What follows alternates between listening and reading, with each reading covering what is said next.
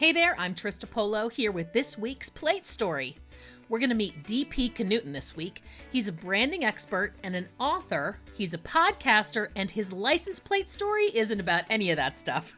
In fact, it's a retired plate that his dad had, and he keeps it in memory of him. We're going to dive deep into DP's relationship with his dad and also talk about how he got into branding and marketing, and he gives lots of great advice along the way. DP is witty, intelligent, and fun, and I know you'll have a blast getting to know him, and you'll get a lot of value too. But first, a little plate story news. I've been intrigued for a while by the UK personalized license plate process.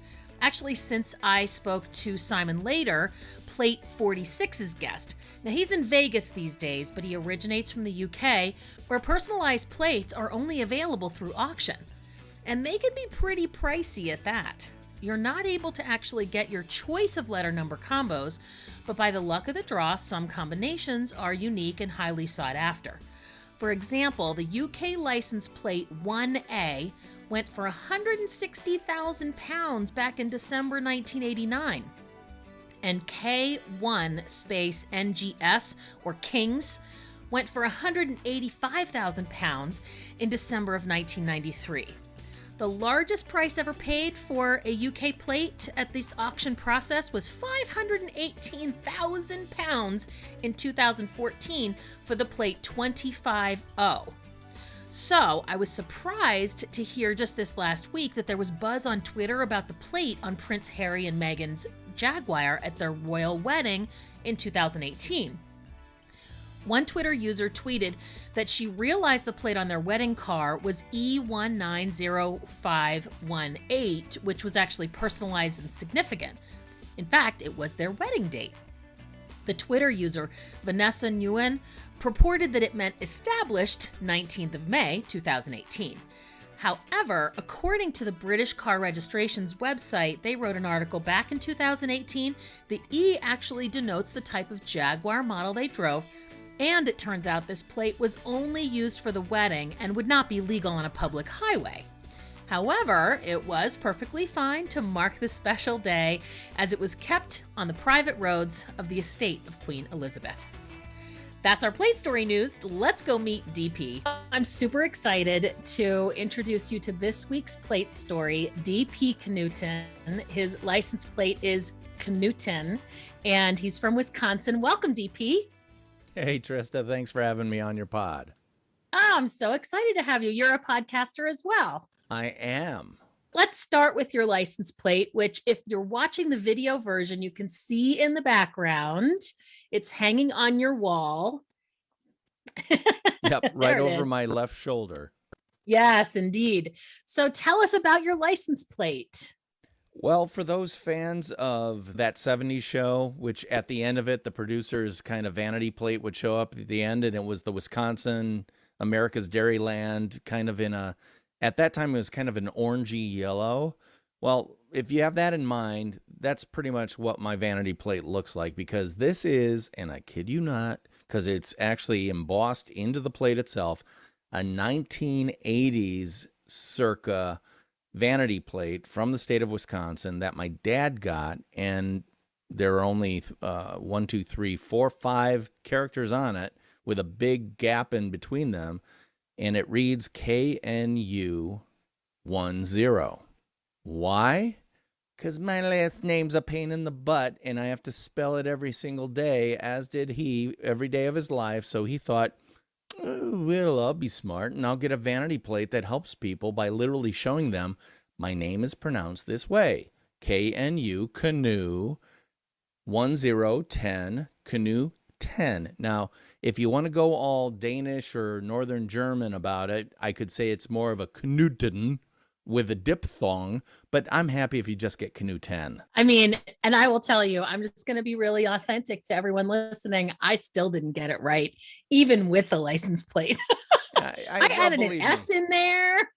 But you know, people pick vanity plates for a lot of different reasons, and I'm sure you've covered all of them during your episodes. But in my case, it was really, I think, my dad wanting to put his mark on the world and also maybe help out with the pronunciation part. But I look at it now as kind of indicative of who he was, his character and stuff like that, because we're here in Wisconsin. So, we got the Green Bay Packers as our local football team, Go Pack or something like that. There are thousands of vehicles in the state of Wisconsin with some variant of Go Packers, or because I'm located right near Madison, Wisconsin, the place where the University of Wisconsin Badgers play, Bucky Badger and all that stuff, that's all over license plates. Did my dad choose to go that route?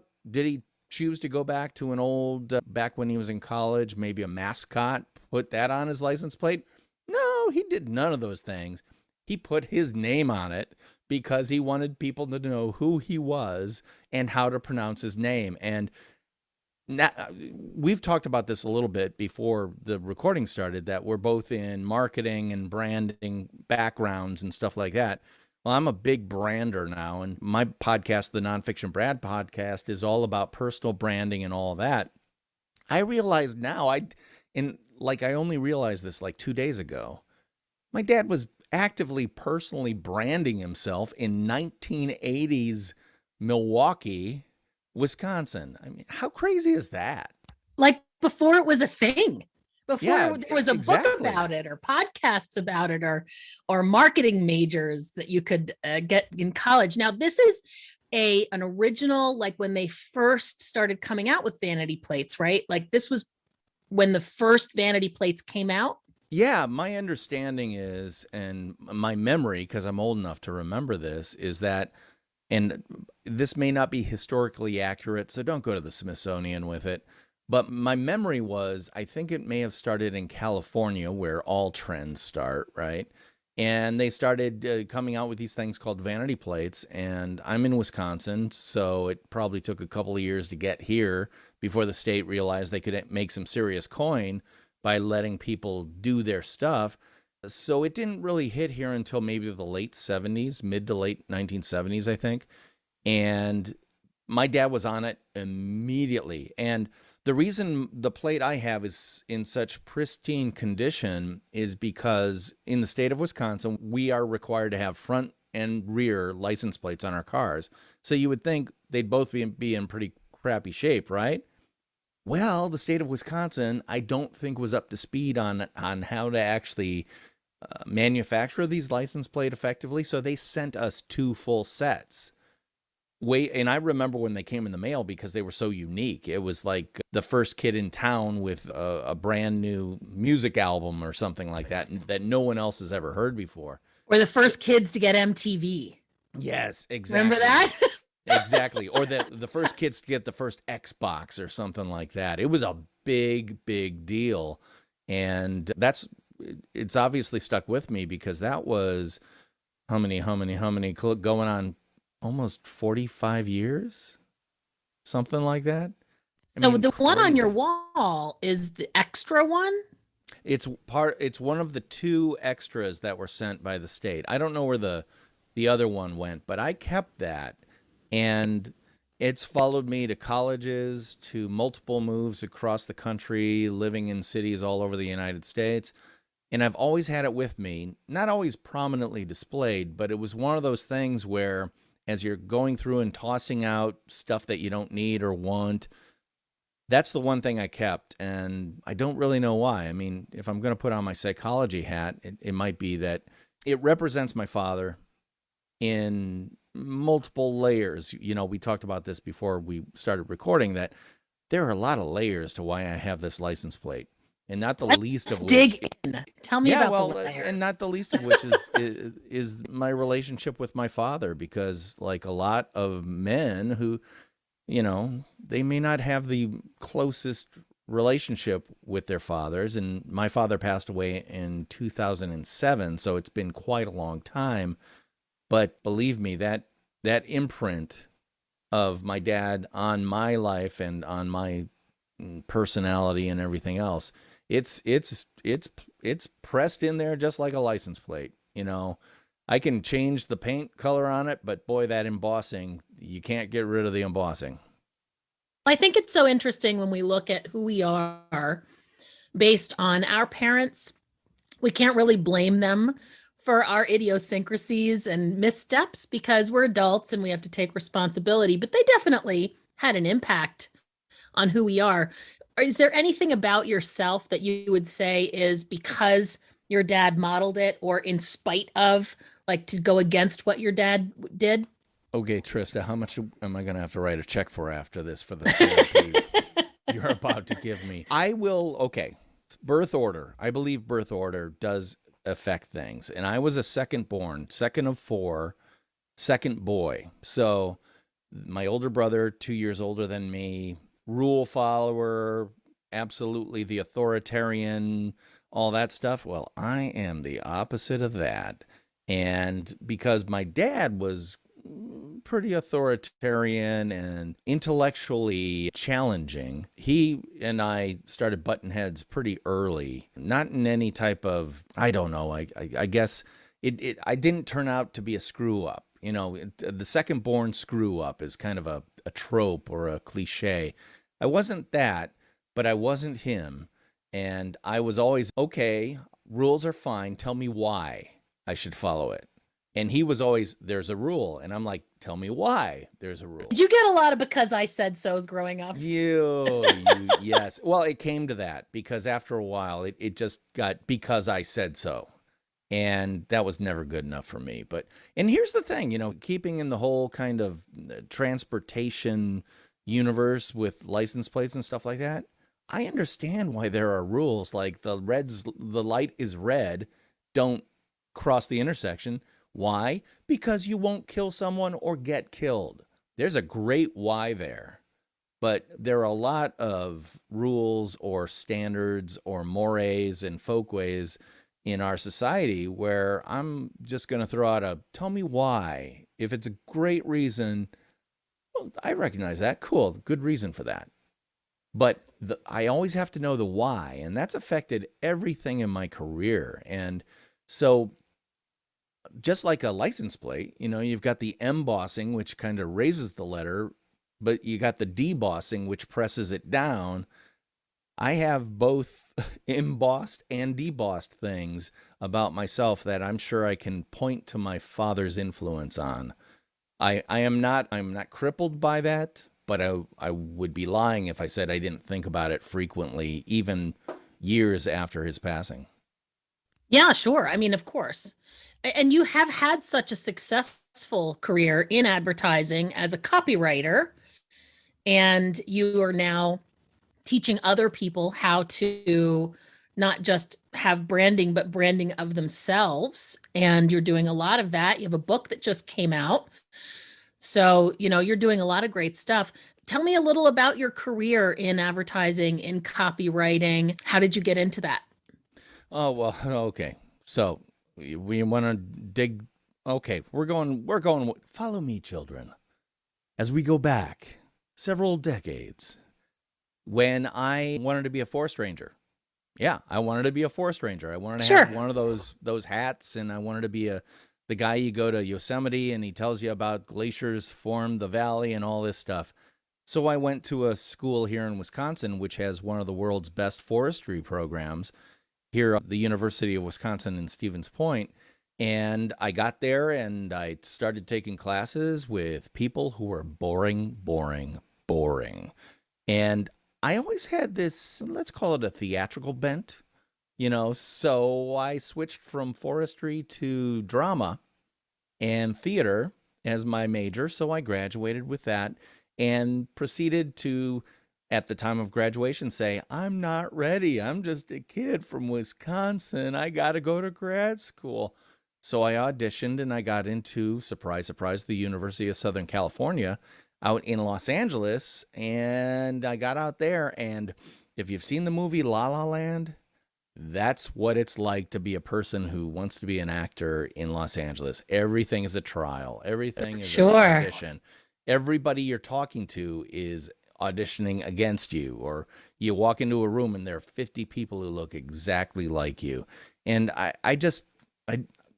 now this will be, people who know me might take issue with this, but I do not have a titanium ego. And that is what's required to be successful out there. So fast forward, blah, blah, blah. I'm in a no nowhere to go temp job.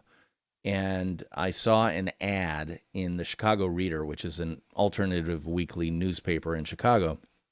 And an ad agency, J. Walter Thompson, took out an ad on the back page that said, "Write if you want work." And then it gave 8 writing assignments, and a little body copy said that there are a lot of creative people in uncreative jobs. Have you ever thought about becoming an advertising copywriter? Wow, that's cool. Well, I kind of did, because if you're old enough like me, you'll remember a little show called Bewitched, where Darren Stevens was an ad guy. And this is way pre Don Draper and Mad Men, but it was that same era. And so between that and the Dick Van Dyke Show, where he was a comedy writer, I'm like, comedy writing, ad writing, I guess there's a job that requires that. And then I saw this ad, and so I was out in Denver, and I took a blind chance. I did the writing assignments, did not send them to J. Walter Thompson, but I sent them to 8 agencies in Denver, and guess what? One of my 8 packets got to a guy who happened to be the creative director at the largest agency there at the time, and he called me up, and he said, "I don't have a job for you, but I think you're talented. Oh, cool. Why don't you come talk to me?" I did. He became a mentor. Fast forward, got my foot in the door as a junior copywriter at an ad agency, and then rode that wave to today. I'm in advertising marketing now, getting close to 30 years. And now I'm taking everything I've learned. As you've mentioned, I have a new book out. It's called Nonfiction Brand, Discover, Craft, and Communicate the Completely True, Completely You brand you already are. And it's all about using branding to package yourself, and just like a cereal almost, so that people know immediately who you are, what you do, and how you do it. And isn't that what my dad tried to do with my license plate? See what you did there? Good callback. Good. I know. Theatrical training for that callback. Exactly. I got to get back to the title of your podcast, for crying out loud. Otherwise, people are going to go, "What's this guy talking about?" I'm talking about license plates, people. That's right. We go all over the place on this podcast. There are no rules. Yeah. But anyway, that's the long story, not so short. I love it. Now, why didn't you submit to the company that actually was looking for copywriters on the back of that ad? Well, they were in Chicago, and I didn't feel like moving back to Chicago. I moved out to Denver and wanted to ski, wanted to snowboard, wanted to rock climb, and all that stuff.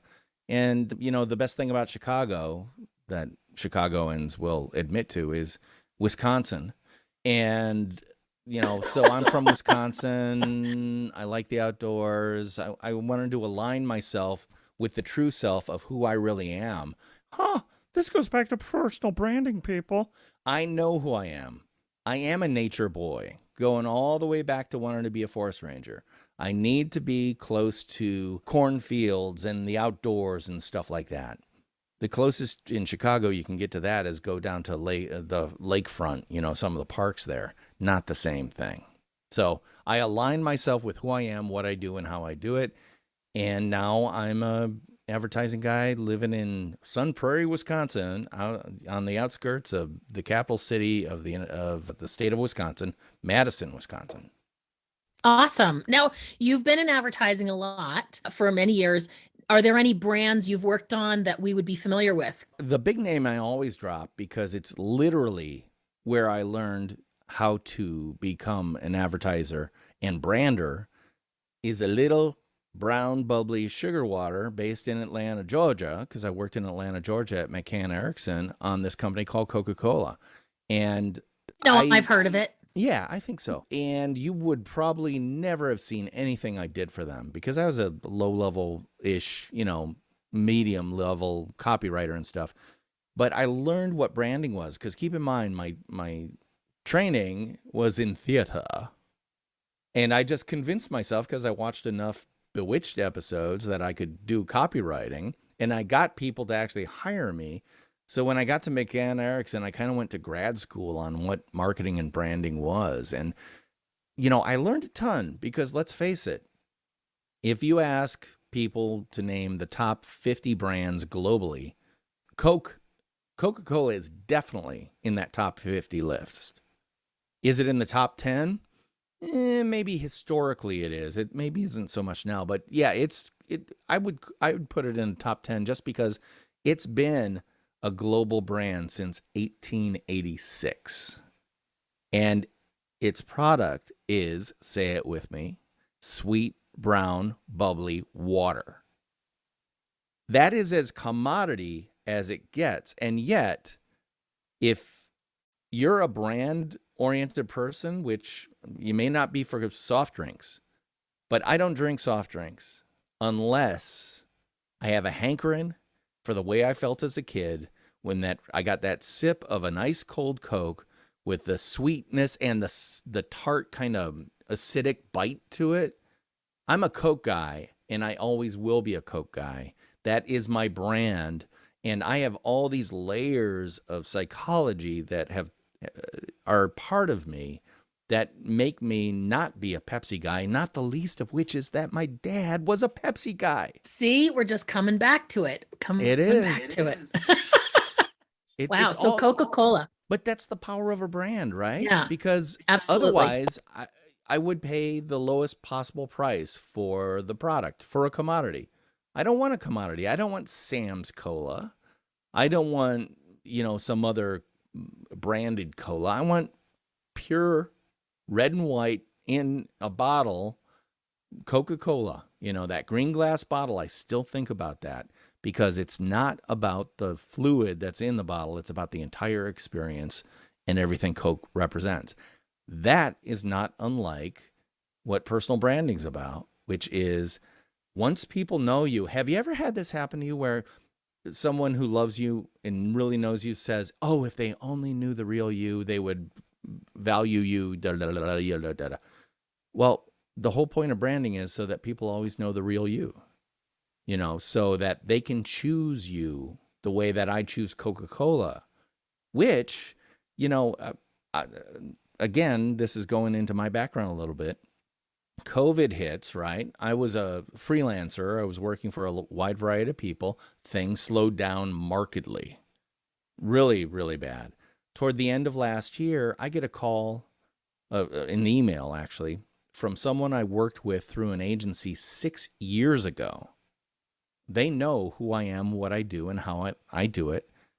And they reached out to me because they understood those things very clearly and said, "Hey, why don't you join our team?" So I got an incoming, I did not ask for it, an incoming invite to join a company because they understood what I would call my personal brand to the point where they saw tremendous value in me. Now, this is something I want to hone in on because in your book, you talk about if you don't own it, it's not yours. Yep. And you talk about, look, if you work for another company and you do a really great job for them, but you don't set yourself apart, then you'll never stand out. Now, you're talking about the fact that you, as a copywriter, have a brand Yep. that stands out beyond what your resume says your jobs have been, what accounts you've worked on, what names you can drop that people have heard of. How do you set yourself apart at a job when you're expected to be part of a team and work for the company's mission and all of that? Well, just ask yourself this. Wherever you are working with a team, someone on that team, if I forced you and said, "Who's the most creative person on that team?" you'd have a name for me. If I said, "Who's the most analytical on that team?" you'd have a name for me. If I asked you which is the one person you couldn't count on to come into work at 5 p.m. on a Sunday because something blew up, you'd have a name for me. Each one of those people have the seed crystal for a personal brand, which is not about the fact that I know Microsoft Excel and I can do this software development based on this language or whatever else. You don't hire people for that. You hire cogs to do that stuff. You hire problem solvers based on what your problem and pain points are. So what are your pain relief qualities to somebody else? In the case of the job offer that came into me, it's because, we didn't like the creative we were getting from this other company, but we always loved the work you did for us. Creative work. They didn't say words. They didn't say typing. They didn't say Microsoft Word. They just said, you're really creative and we want you to bring whatever you have in that regard to us.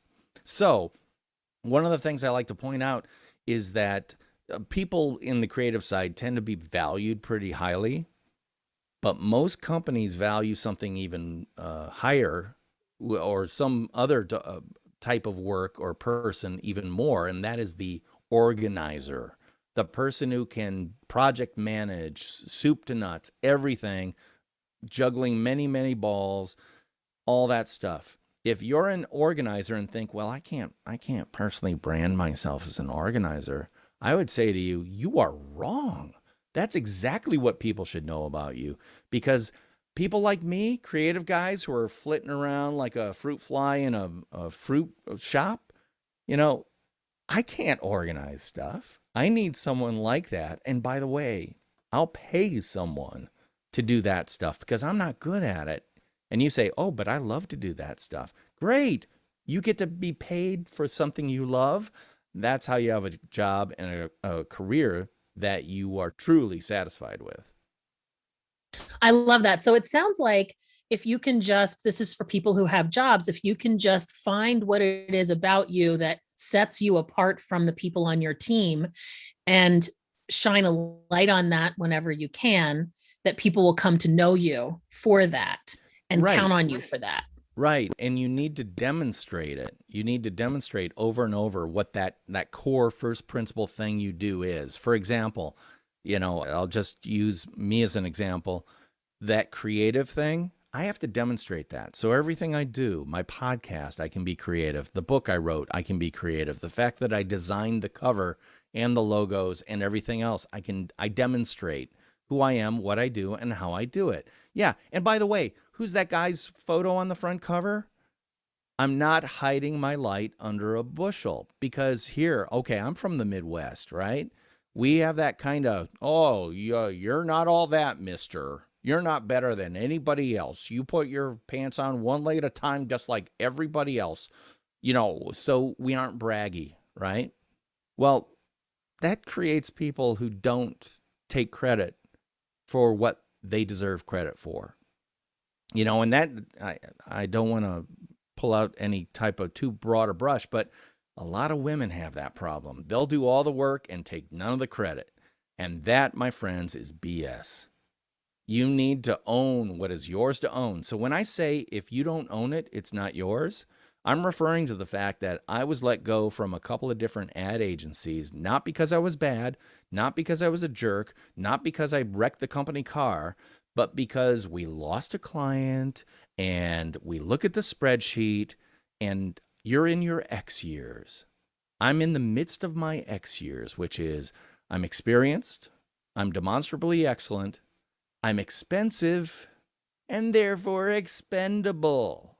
If you've got the highest cost on the spreadsheet of, you know, employment, what people are being paid, it's easy to get rid of one of you if I can keep three of them. So see you later. Well, that's what happens. When you're a premium brand, you get a premium price. But if I'm not the principal of the agency, in my case, or the business, it's not mine, and I should never be diluted by it. However, what is 100% mine is who I am, what I do, and how I do it. My voice is uniquely my own. My experience is uniquely my own. When people say, well, what should I say? It's like, share what you know. You know, it's always been said about writers, write what you know. Well, brands demonstrate what you know and can prove.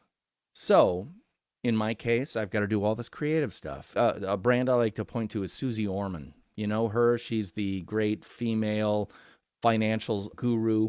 She works a lot with women, especially women who are, you know, maybe underinformed about finances and stuff like that. She is taking what's known as a best practice in the financial services area and applying it to a specific niche in the case of her empowerment of women in finances. And one of the things she loves to say is, do not look for a man to take care of you. You cannot count on that. You need to do it yourself. You need to own your power. Do you hear? I'm saying the same stuff she's saying, which is you have to own what is yours. And the way to do it is pay yourself first. Just a simple concept like that. Pay yourself first. She has not got the Nobel Prize for economics. She is not the richest woman on the face of the earth. But boy, is she fantastic at motivating people to do what they can do, to own what is theirs to own. And she's created this incredible personal brand that is now a global business because she recognized the thing I do better than other people is communicate. So again, if you're looking at what does Susie Orman do? Yeah, she does financial stuff. She did blah, blah. No, she communicates and inspires. Those are her superpowers. So what is your superpower? And I'm pointing at Trista right now. What is your superpower, Trista? I'm an amazing listener. Which makes you a great podcaster then. I mean, I am. I'm a great listener. I can hear what you're saying, what you're not saying, what you're avoiding saying, and what you'd really like to say, but maybe you're not quite ready yet. I'm a great listener. Oh my god. Can hear all the layers. Well, and there are a lot of layers there, but there are a lot of layers. One of the things I learned to love is to embrace the abrasiveness, the parts of my personality that may rub people literally the wrong way. I can't get rid of those things. There are people who hate me with a passion, the heat of the sun, the surface of the sun. And that's okay, because I don't really like them either. And by the way, they aren't going to buy my products or services or engage with me in any meaningful way. I'm going to look for the people who like what I do, who get the brand. Because again, Coca-Cola doesn't sell Coca-Cola to every single person who likes soft drinks. But boy, their rabid fans love them so much they do their entire basement media center room in Coca-Cola livery with collectibles and all that stuff. Why? Because Coke is my brand. I'm looking for the people who want DP Knudten as their brand. You're absolutely right. And I do have trouble with knowing that there are people out there that don't like me. It comes from my own childhood stuff that I carry around. But you're right. Look at Coca-Cola, since we're using that as an example. Pepsi, their arch nemesis, did an entire campaign to taste test and prove they were better. I can tell you a story about that because you're talking about the Pepsi Challenge, which occurred in the late 80s. The brand new Mall of America up near Minneapolis was a huge thing. It was on everybody's radar. So Pepsi decides to do a taste test challenge where you've got 2 blind colas, which you prefer. Well, they told the truth. They did the test and they found out the majority of cola drinkers preferred the taste of Pepsi. Guess what? Coca-Cola did the same research and found the exact same thing. And what they realized was that what they thought, and I will say they thought at the time, was that Americans' tastes had changed. What was the acidic bite of Coca-Cola was giving way to the sweet taste of Pepsi. Because if you compare them side by side, Pepsi is sweeter. You can do it right now. Go get a can or a bottle of each, try them side by side, and you'll go, oh yeah, the flavor profile of Coke is a little bit more acidic, a little bit more bite. It's plenty sweet, but still bitey. Absolutely. Pepsi, Coca-Cola freaked out. So what did they do? They changed their formula. The biggest mistake of their lives ever. Yes. But they learned from it. They literally came out with a sweeter version of Coke. And what did the combined American marketplace and global marketplace sucked. do? Oh my God, their heads exploded. Why? Because people aren't buying Coca-Cola for the liquid. They're buying it because it's the real thing. It never changes. I like to call Coca-Cola grandma. Everybody loves grandma. Grandma's a little acidic and a little bitey, but we love grandma and we defend grandma, and you don't mess with grandma. And what Coca-Cola did was mess with grandma. And what did the marketplace force Coca-Cola to do? Go back to classic Coke, for those of us old enough. Classic Coca-Cola was the same old recipe because people loved it. And guess what? After that debacle, Coke came back stronger than ever because the brand fans rallied around the brand. They recognized the fact that Coca-Cola was doing the right thing by going back to what it always was. Keep in mind, their tagline at the time was the real thing. And by the way, every single ad that I had to write for Coca-Cola when I was at McCann Erickson in Atlanta had to communicate 3 core ideas: authenticity, refreshment, and sociability. What does that mean? Authenticity. We are the first, we're the only, we're the real thing. You show it via the bottle shape, you show it via the red and the white and the Spencerian script logo. That has not changed plus minus 10% since 1886. Sociability. You drink it at family gatherings, at football games, at picnics, at Christmas. Oh, by the way, this will probably be airing a little bit closer to Christmas. Are people going to be waiting to see what the Christmas commercials are for Coca-Cola? You know, is it going to be polar bears and seals? People look forward to the frickin' Christmas commercials because they love the brand so much. And then the final one was refreshment. Refreshment is the of Coca-Cola. Guess what? The refreshment starts the second you grab the can and it's cold in your hand. And I think about it when I would go visit my grandmother in Salina, Kansas in the 1960s and 70s. You know, going to Kansas in August is like going to the outskirts of hell on the hottest day of the year. And we would play outside like crazy, and then I'd come running in. The screen door would slam because she was an old Swede and she didn't have air conditioning, so the screen door was open. You know, the screen door slams against the frame. You go running into the refrigerator, which was so old it didn't have an interior light. You fish your hand around in there until you find the bottle shape of the green glass Coca-Cola bottle, and then you do the most important thing with Coca-Cola on a hot day in Salina, Kansas. Pull it out and put it against your neck. You're so hot that you just want to get that cool going through your bloodstream via the carotid arteries of your neck.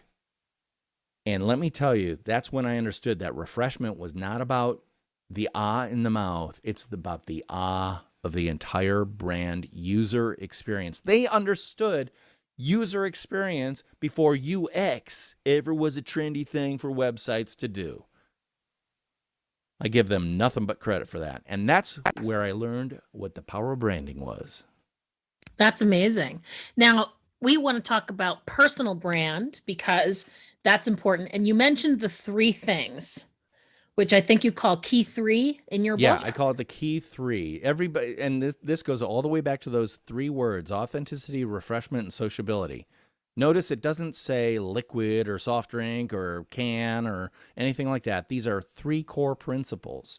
So when I work with people on their personal brand, or I encourage people to work on their personal brand, remember, the human brain is designed to remember things in series, 1, 2, 3.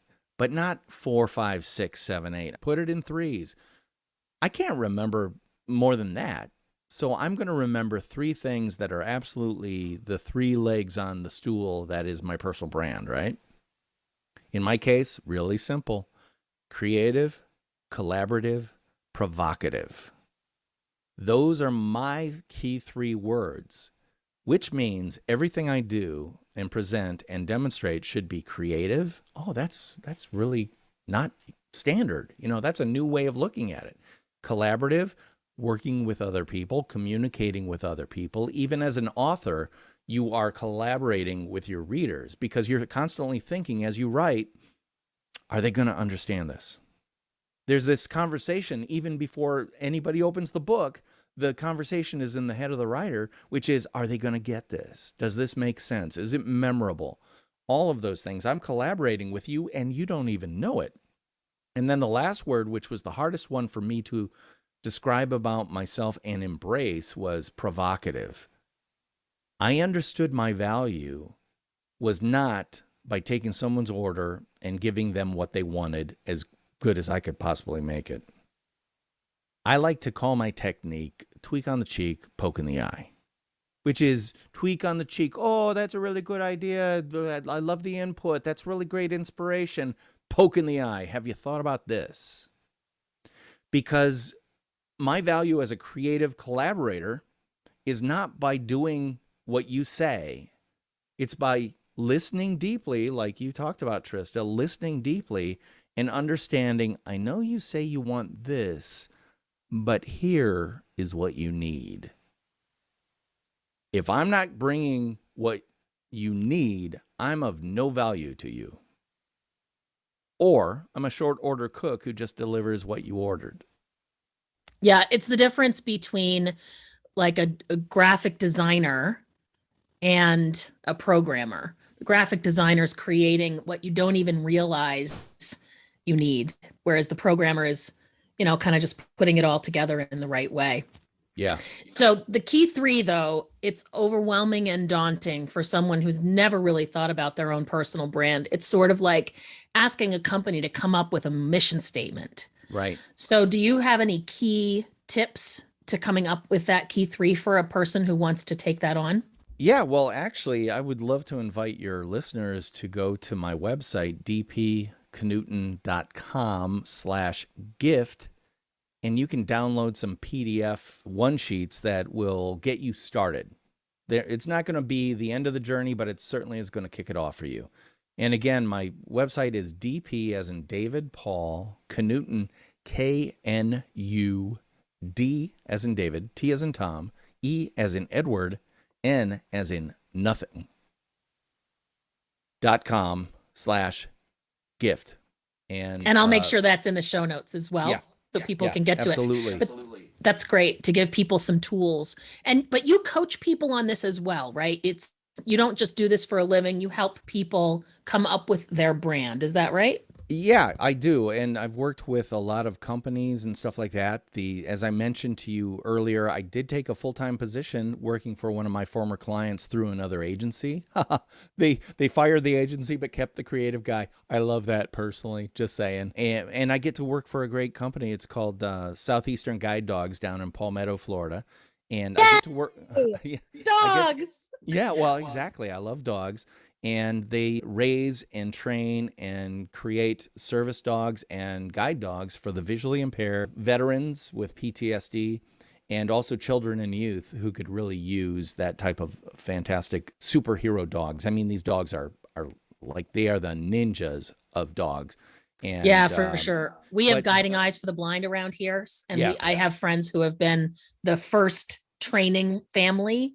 Yes. And those dogs are amazing. Yeah, and amazing. Boy, they do such fantastic work, and I can't be happier working with them. But I do consult with people, individuals and companies, to help them on their brand journey, if you will. I believe, and again, it goes back to my podcast name and the book's name, Nonfiction Brand. I don't deal with fiction brands. I'm not going to make up something about you.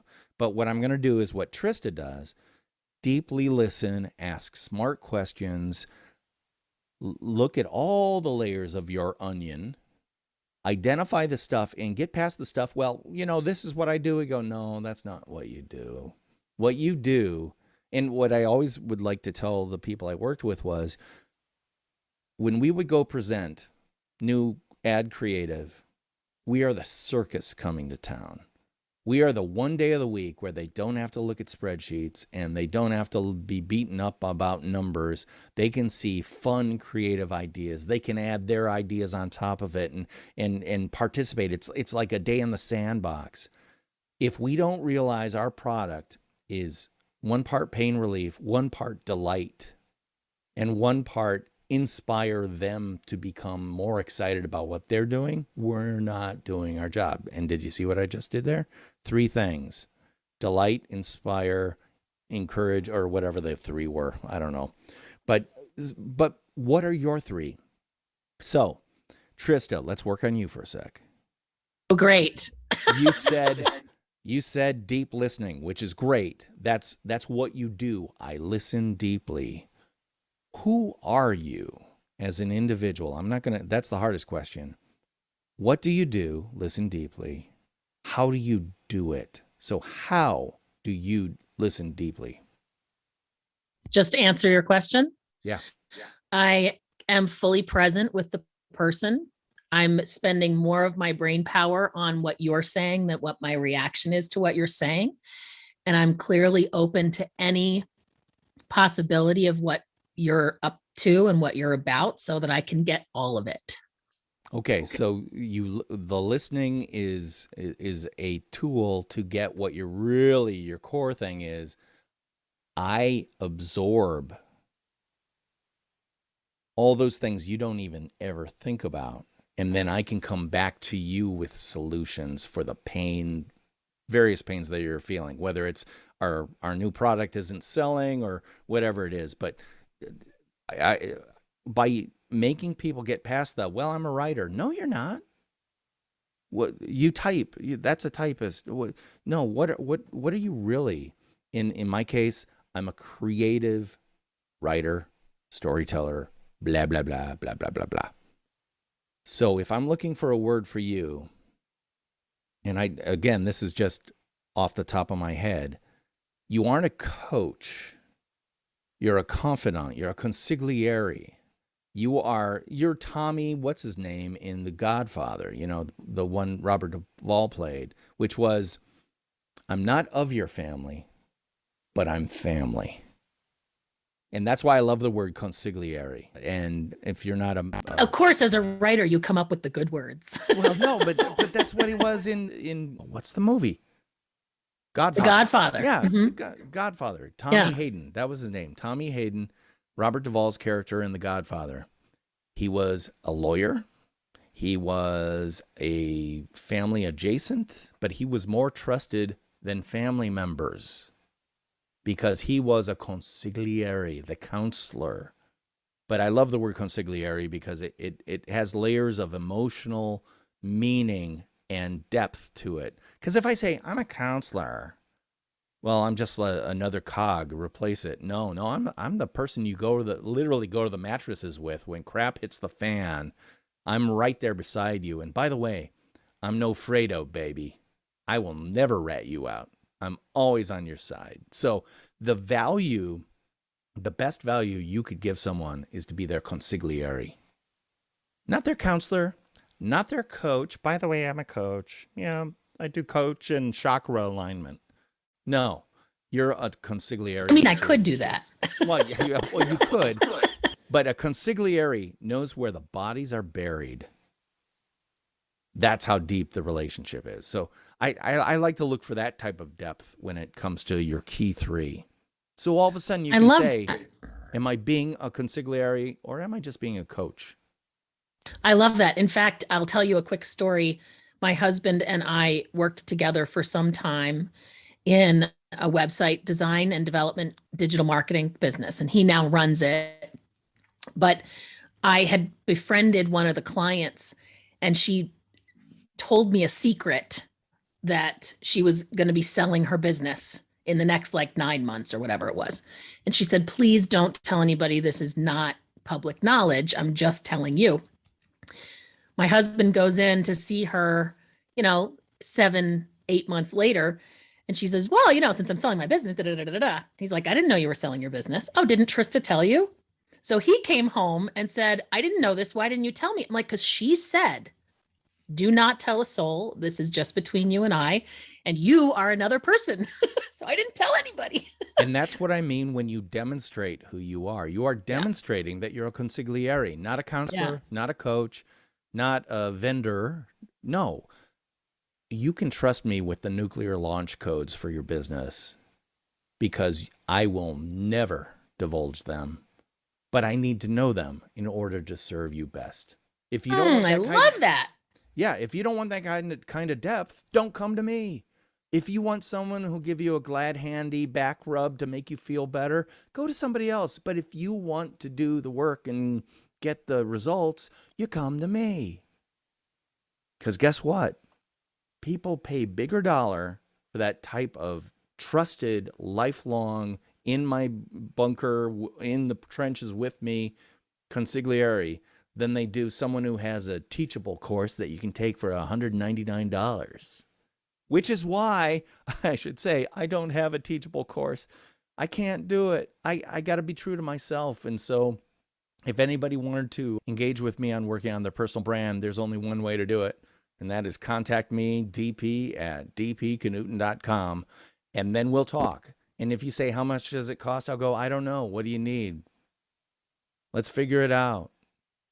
But the one thing I do know is the value of listening deeply. Again, it's one of the key things I do.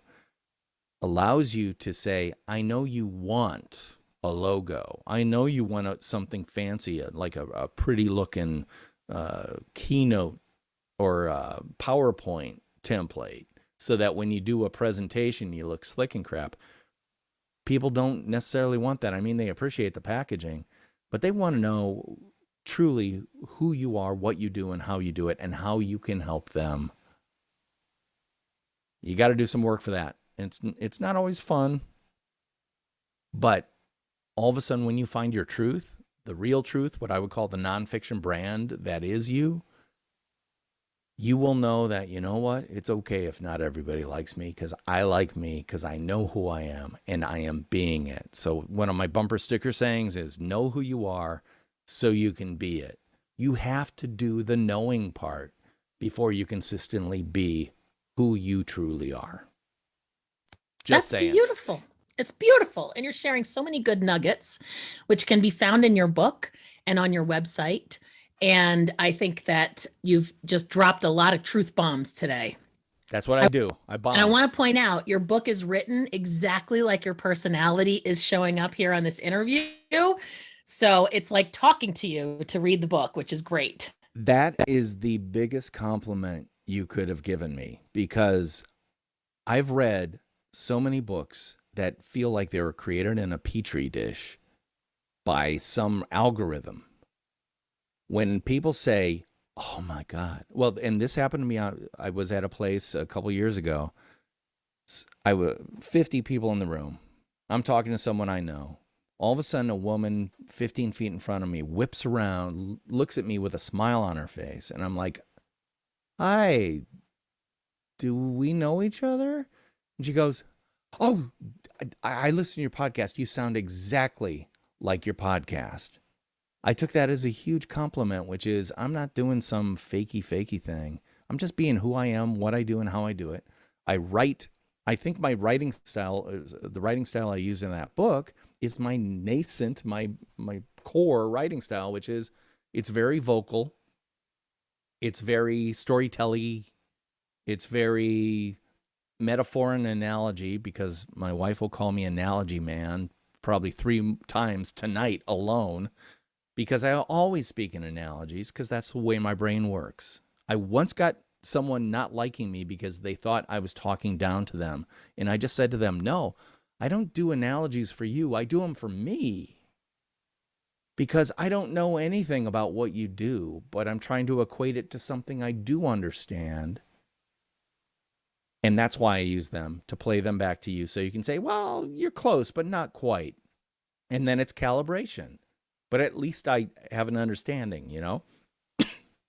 But anyway, I hope people will check out the Nonfiction Brand book on Amazon. Just look up Nonfiction Brand and type in my name, Knudten, and you'll find it on the old Amazon. And also, I'd love for people to check out my Nonfiction Brand podcast, which comes out every single Monday. I'm guessing that Trista is going to be a guest on in the next couple of months for sure, because I love this type of conversation, and she's been doing such a fantastic job deeply listening. It's time for me to invite her on and do the deep listening. That's exciting. Yeah, well, exactly. Yeah. And I've been the one asking all the questions, but I want to turn the tables and see if you have a question you'd like to ask me before we wrap up today. Well, yeah. I mean, why did you start a podcast? I love podcasts. Now, full disclosure, I don't listen to them voraciously like people who love podcasts, but I love making podcasts. This is actually the 4th or 5th podcast I've worked on. I love the idea that anyone can create something where they share information that they feel is important and that contributes something to the world. And because having a co-host always ended up where we just couldn't make it work anymore, and so the podcast couldn't continue, I said, if I ever do one again, it'll be just me. And then the idea of having guests, it means that we only have to have the same schedule once or twice, Right. not for the next several years. So I just love the format. I love the platform, and I love a microphone. And if I never made it as a singer or an actor, so a podcaster will do just fine. Well, you know, one of the things I write about in the book, Nonfiction Brand, is that it's incumbent upon people to find their style stage. And you have found your style stage. Because a lot of people, especially people older like me, I stroke my gray beard in front of the camera here, will say, I hate social media and I don't know where to start and I just have no time for it. It's like, that's fine. Leave it for other people. That's opportunity on someone else's table that you're not taking advantage of. We live in the best time for someone who wants to do this type of thing, because I can do, like, what does it cost me other than time to do my podcast? Podbean, where I host my podcast, I think is maybe $5 to $7 a month. I can't remember. And that's it. $5 a month. And I can do what you're doing. And you found your style stage, which is, my style is audio over a microphone, having honest conversations with someone I'm deeply listening to. Dare I say, you are demonstrating who you are, what you do, and how you do it in every single episode you do. You're demonstrating your value. You're having guests on that are probably going to teach you something new in every single episode. I know that's true for me. And why wouldn't I do this? And there's so much more good stuff in your book and your podcast. I'm highly going to recommend your podcast for people to listen to, especially if they want to get more in depth with experts on topics around branding. I want to thank you so much for being on. Is there anything else that you wanted to talk about that we haven't covered yet? We covered a lot of ground. Yeah, no, we certainly did. I thanks so much, Trista, for having me on. I really would love for people to go to dpknudten.com/gift to download those downloadable PDFs to get you started on your personal brand journey. And I really want to thank you for responding to my query about being on your podcast via Podmatch, which I had no idea Podmatch was going to be such a valuable tool for podcasters. But I'm just saying this. They aren't paying me anything. But it's a tool that I find really valuable, because I did not know about your podcast or how interesting it could be. But boom, now we're connected. And frankly, I consider you part of my universe now. And I hope I'm part Me of too. yours. Absolutely. Me too. I was happy that you reached out, and I wish you all the best. And I'm looking forward to the next time we collaborate. Yep. Thank you so much, DP. All right. Thank you, Trista. Thanks for listening. Please subscribe to Trista's Plate Story podcast, share it, or leave a review. If you would like to nominate a license plate to be featured in a future episode, or you have an interesting Plate Story news item to share with me, leave us a comment or visit platestory.com. That's PL8STORY.com, and give me all the details. This is Trista Polo, wishing you well on the road to your next adventure.